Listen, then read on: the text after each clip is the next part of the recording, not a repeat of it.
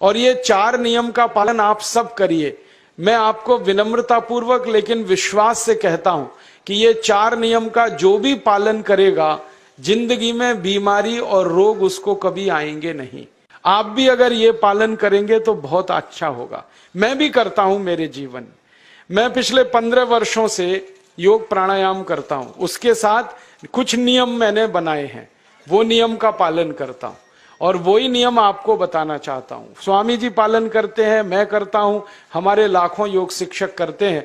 और इन नियमों का पालन करने से हमको इतना लाभ हुआ है कि कभी बीमारी आती नहीं। 15 साल से मैंने हर बार मेरा बीपी चेक किया, नॉर्मल है, शुगर नॉर्मल है, ट्राइग्लिसराइड्स नॉर्मल है, कोलेस्ट्रॉल नॉर्मल है। पिछले 15 साल में कभी सर्दी जुकाम भी नहीं हुआ, गला भी नहीं बैठा, कभी हॉस्पिटल नहीं देखा, कभी डॉक्टर के पास नहीं गए, क्योंकि जरूरत नहीं पड़ी।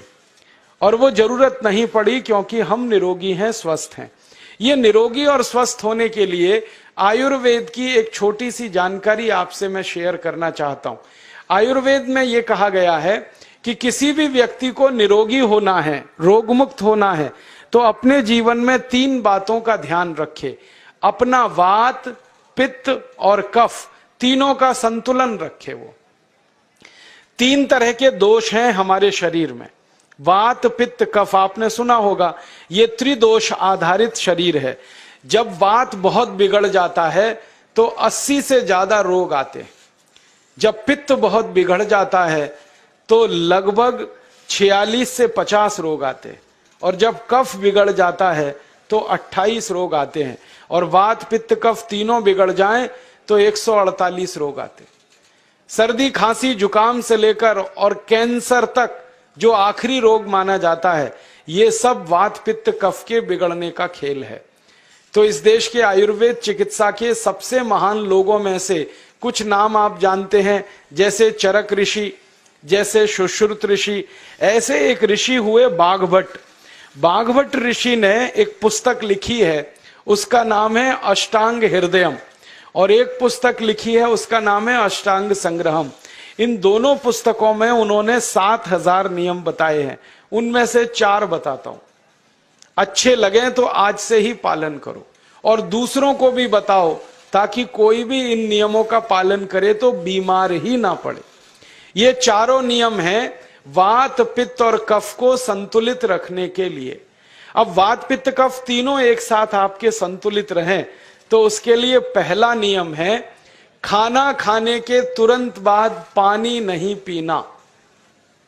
ये पहला नियम है। आप बोलेंगे ये तो बड़ी मुश्किल बात है, खाना खाते ही पानी पीते हैं हम तो सबके सब, और बिना पानी पिए खाना ही नहीं खाते। कई लोग तो खाने से ज्यादा पानी पीते हैं, खाना कम खाते हैं, पानी ज्यादा पीते हैं। ये खाना खाने के बाद पानी कभी भी नहीं पीना, क्योंकि महर्षि बाघभट्ट कहते हैं भोजनांते विषम वारी, माने भोजन के अंत में पानी पियो तो जहर के पीने के जैसा है। इसलिए वो कहते हैं कभी भी खाने के तुरंत बाद पानी मत पियो। अब आप मुझे पूछोगे क्यों नहीं पिए, कारण बता दो। कारण मैं बताना चाहता हूं सरल भाषा में। हम जब खाना खाते हैं ना तो पेट में सारा खाना इकट्ठा होता है। पेट में एक स्थान होता है, उसको हम कहते हैं जठर। संस्कृत में, हिंदी में जठर कहते हैं, अंग्रेजी में उसको एपिगैस्ट्रियम कहते हैं, हिंदी में कुछ लोग उसको आमाशय भी कहते हैं। ये जठर छोटा सा स्थान है। आपके पेट में नाभि है ना, उसके लेफ्ट साइड में बाईं तरफ छोटा सा स्थान है। सारा खाना आपका इसी स्थान पर आता है। जो भी आप खाते हो, रोटी, चावल, दाल, सब्जी, दूध, दही, कुछ भी खाओ, सब कुछ जठर में आता है। अब जठर में जैसे ही खाना इकट्ठा होता है तो उसमें आग जलती, और उस आग को कहते हैं जठर अग्नि। मिला के बोल देते हैं जठराग्नि। आप जैसे ही खाना खाते हो, पेट में जठर में अग्नि जलती है। वो अग्नि खाने को पचाती है, और अग्नि खाने को ऐसे ही पचाती है जैसे रसोई घर की अग्नि खाने को पकाती है। आपके रसोई घर में आप अग्नि जलाओ, उसके ऊपर दूध रख दो, दूध में थोड़ा चावल डाल दो, अग्नि जब तक जलती रहेगी खीर तब तक बनती रहेगी। आप घर में अग्नि जलाओ, उसके ऊपर पानी रख दो, उसमें दाल डाल दो, दाल की पकने की क्रिया तब तक चलेगी जब तक अग्नि जलेगी। ऐसे ही पेट में होता है, जैसे ही आपने खाना खाया पेट में अग्नि जलती है, और जब तक अग्नि जलती है तो खाने के पचने की क्रिया चलती है। जैसे रसोई घर में खाना पकाते हैं वैसे ही पेट में भी खाना पकता है। इसी को हम पचने की क्रिया कहते हैं, अंग्रेजी में उसको डाइजेशन कह देते हैं। तो आपने खाना खाया, पेट में अग्नि जल गई, अब वो खाने को हजम करेगी, पचाएगी। अब मुझे एक प्रश्न का उत्तर दो आप, कि जैसे ही आपने खाना खाया पेट में अग्नि जल गई और वो खाने को पचा रही है, तुरंत आपने गट गट गट गट पानी पी लिया, और खूब ठंडा पानी पी लिया, बर्फ मिलाया हुआ पानी पी लिया, फ्रिज का पानी पी लिया। क्या होने वाला है? अग्नि जलेगी कि बुझेगी? अग्नि के ऊपर पानी डालो तो अग्नि और पानी की दोस्ती नहीं है, दुश्मनी है। पानी अग्नि को बुझा देता है। तो आपने खाना खाया, अग्नि जली, पीछे से गटगट पानी पी लिया, अब अग्नि शांत हो गई, अब खाना पचेगा नहीं, तो वो पेट में पड़ा पड़ा सड़ेगा, और सड़ा हुआ खाना 100 से ज्यादा विष पैदा करेगा, और वो 100 विष आपकी जिंदगी को नरक बना देंगे, और जिंदगी भर आप बीमार पड़े रहेंगे। आपको मालूम है, कई लोग कहते हैं मुझे पेट में बहुत गैस बनती है। ये गैस उन्हीं को बनती है जिनका खाना हजम नहीं होता। कोई लोग कहते हैं कि मुझे पेट में जलन होती है, ये जलन उन्हीं को होती है जिनका खाना पचता नहीं। कोई कहते हैं कि मेरे पेट में एकदम गुम हो जाता है, फूल जाता है, ये सब वो लक्षण हैं जब खाना पचता नहीं। तो खाना पचेगा नहीं तो सड़ेगा, सड़ेगा तो विष पैदा करेगा, और वो विष आपको बीमार करेंगे। इसलिए महर्षि बागभट्ट ने कहा, खाना खाते ही पानी मत पियो। समझ में आया? फिर आप बोलोगे कितनी देर तक नहीं पिए? कम से कम 1 घंटे तक। 1 घंटे बाद पानी पियो। आप बोलोगे जी 1 घंटा क्यों? ये जो अग्नि जलने की क्रिया है ये लगभग 1 घंटे तक ही चलती है पेट में, उसके बाद अग्नि अपने आप शांत हो जाती है, उसके बाद पानी पी लो। तो खाना अगर 10 बजे खाया तो 11 बजे पानी पियो, 11 बजे खाया तो 12 बजे पियो, 12 बजे खाया तो 1 बजे पियो, 1 घंटे बाद पानी पियो। अब आपके मन में यह सवाल आ सकता है कि खाना खाने के पहले पी लें क्या? हाँ पी लो, 40 मिनट पहले पेट भर के पानी पी लो। 10 बजे खाना खाना है, 9:20 पे खूब पानी पी लो, जितना पी सकते हो। 11 बजे खाना खाना है, 10:20 पे पी लो, खूब पानी पी लो, 40 मिनट पहले।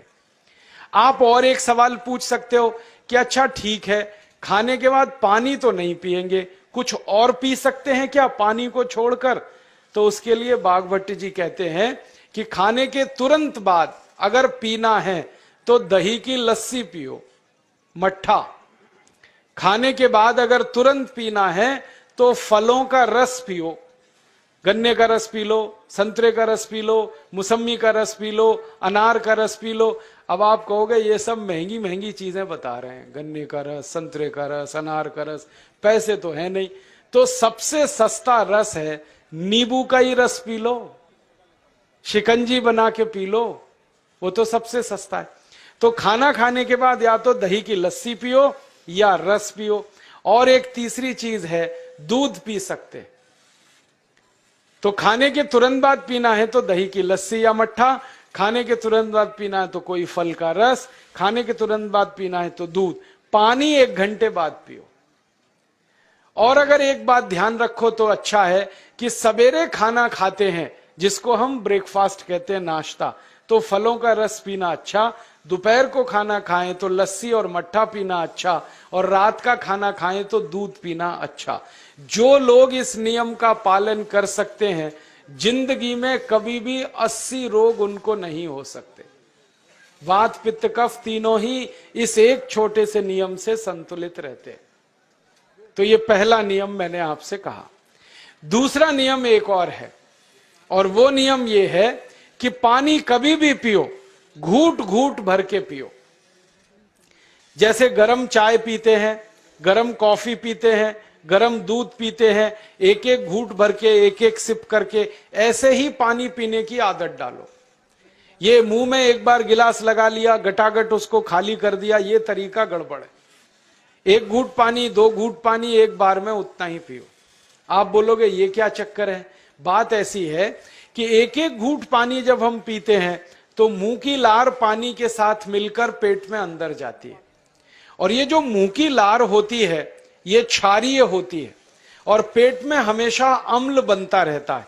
तो एक घूंट पानी पिया, मुंह की लार इसके साथ अंदर गई, दो घूंट पिया और ज्यादा गई, बार बार लार अंदर जाएगी तो क्षार पदार्थ पेट के अम्ल के साथ मिलेगा।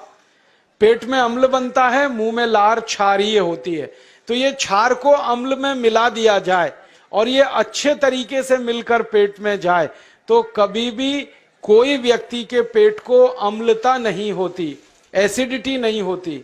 और पेट में अम्लता नहीं होती तो रक्त में अम्लता नहीं होती, और जिनके रक्त में अम्लता नहीं होती उनकी जिंदगी में कभी भी वात पित्त कफ के असंतुलन की स्थिति पैदा नहीं होती।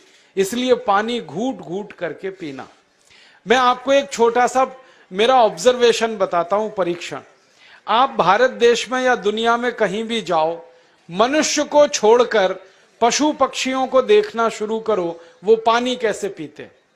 किसी चिड़िया को पानी पीते हुए देखो, किसी पक्षी को पानी पीते हुए देखो, वो चोंच के एक बूंद ही के बराबर ही पानी उठाता है। एक बार में एक बूंद पानी लेगा, फिर थोड़ी देर चोंच चलाएगा, फिर पिएगा, फिर दूसरी बूंद लेगा, फिर चोंच चलाएगा, फिर पिएगा, फिर तीसरी बूंद। एक एक बूंद पक्षी पानी पीता है। कुत्ते को पानी पीते हुए देखो, चाट चाट के पानी पीता है। शेर को पानी पीते हुए देखो, चाट चाट के पानी पीता है। जितने जानवर चाट कर पानी पीते हैं, जितने पक्षी एक एक घूंट पानी पीते हैं, किसी भी पक्षी और किसी भी जानवर को डायबिटीज नहीं है, किसी को अर्थराइटिस नहीं है, कोई पक्षी ओवरवेट नहीं है, कोई पशु ओवरवेट नहीं है। वो सब स्लिम और ट्रिम हैं, क्योंकि वो इतने होशियार हैं कि पानी चाट के पीते हैं या घूट घूट करके पीते। अब मुझे ये हैरानी होती है कि ये पशु पक्षियों को कौन सिखाता है? वो अपने जन्म से ये ज्ञान सीख के आते।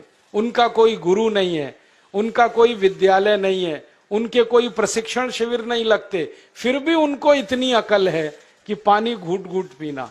और हम ये मनुष्य जिनके इतने गुरु, इतने विद्यालय, इतने कॉलेज, सीखने वाले, सिखाने वाले, और हम मूर्खों के मूर्ख गटागट गटागट पानी पीते रहते। तो पानी पीने का तरीका बदल दो, घूट घूट भर के पानी पियो। ये दूसरा नियम है। तीसरा नियम है कि जिंदगी में कितनी भी प्यास लगे, ठंडा पानी कभी मत पियो। बर्फ डाला हुआ पानी, फ्रिज में रखा हुआ पानी, वाटर कूलर का पानी जिसका तापमान बहुत कम है, ये कभी मत पीना। क्यों? क्योंकि शरीर आपका गर्म है और पानी ठंडा है। अब होता क्या है वो मैं समझाता हूं सरल भाषा में। पेट तो गर्म है, अब इसमें ठंडा पानी डाल दिया आपने तो अंदर झगड़ा होता है। और झगड़ा क्या होता है? या तो पानी पेट को ठंडा करेगा या पेट पानी को गर्म करेगा। अगर पानी ने पेट को ठंडा कर दिया तो पेट के ठंडा होते ही हृदय ठंडा होता है, हृदय के ठंडा होते ही मस्तिष्क ठंडा होता है, मस्तिष्क के ठंडा होते ही आदमी ठंडा होता है, और आदमी ठंडा होते ही राम नाम सत्य होती है। आपको मालूम है, जब शरीर ठंडा पड़ जाता है तो घर में भी नहीं रखते, निकाल के बाहर सड़क पर रख देते। जो घर आपने बनाया अपनी मेहनत से, शरीर के ठंडा पड़ते ही निकाल बाहर करते हैं उस घर में से, और फिर चिल्लाने लगते हैं, लेके जाओ, जल्दी लेके जाओ, इसको जला के आओ। माने ठंडे शरीर की इज्जत नहीं है। तो ठंडा पानी क्यों पी रहे हो भाई? बंद कर दो। कोई जानवर ठंडा पानी नहीं पीता, कोई पक्षी नहीं पीता। तो आप ये ठंडा पानी पीना बंद करो, सादा पानी पीना शुरू करो। और गर्मी के दिनों में बहुत अगर आपको तकलीफ है तो मिट्टी के घड़े का पानी पी लेना, फ्रिज का और बर्फ का नहीं पीना। ये तीसरा नियम है। और चौथा और आखिरी नियम है कि आप सवेरे ही सवेरे जब सोकर उठते हो तो सबसे पहले पानी पियो। जैसे ही आपकी आंख खुल गई तो पहले 2-3 गिलास पानी पी लो, उसके बाद आप टॉयलेट में जाओ। उठते ही पानी पियोगे तो 2 फायदे हैं। पहला फायदा यह है कि पानी पेट में जाकर बड़ी आंत को साफ करता है, और जैसे ही बड़ी आंत की सफाई होगी पेट पे दबाव पड़ेगा और आप संडास घर में जाएंगे, 2-3 मिनट में पेट आपका साफ हो जाएगा। जिनका पेट सुबह एक बार में साफ हो जाता है उनकी जिंदगी में कभी रोग नहीं आता। इसलिए सुबह सुबह उठते ही पेट साफ होना जरूरी है। और उठते ही पानी पियोगे तो मुंह की जो लार है वो पानी के साथ मिलकर अंदर जाएगी। सुबह पेट में एसिड की मात्रा ज्यादा होती है, इसलिए लार का पेट में जाना बहुत जरूरी है। इसलिए सुबह उठते ही पानी पीना बहुत जरूरी है। ये 4 नियम हैं आयुर्वेद के। पहला नियम, खाना खाने के 1 घंटे बाद पानी पीना। दूसरा नियम, पानी को हमेशा घूट घूट भर के पीना। तीसरा नियम, कभी भी जिंदगी में ठंडा पानी नहीं पीना। और चौथा और आखिरी नियम, सवेरे उठते ही सबसे पहले पानी पीना। 4 नियमों का पालन जो भी अपने जीवन में कर सकता है वो वात पित्त कफ तीनों को संतुलित रख सकता है। और जिसका वात पित्त कफ संतुलित है उसके जीवन में बीमारी नहीं आती है। और जो बीमार नहीं पड़ते हैं वो स्वस्थ और तंदुरुस्त और सुखी रहते हैं। उनकी जिंदगी का खर्चा कम होता है और देश का भी बहुत सारा पैसा बचता है। आपको शायद मालूम है या नहीं, 1 साल में हम जब बीमार पड़ जाते हैं भारतवासी, तो साल का करीब 6 लाख करोड़ रुपया हमारा खर्च हो जाता है।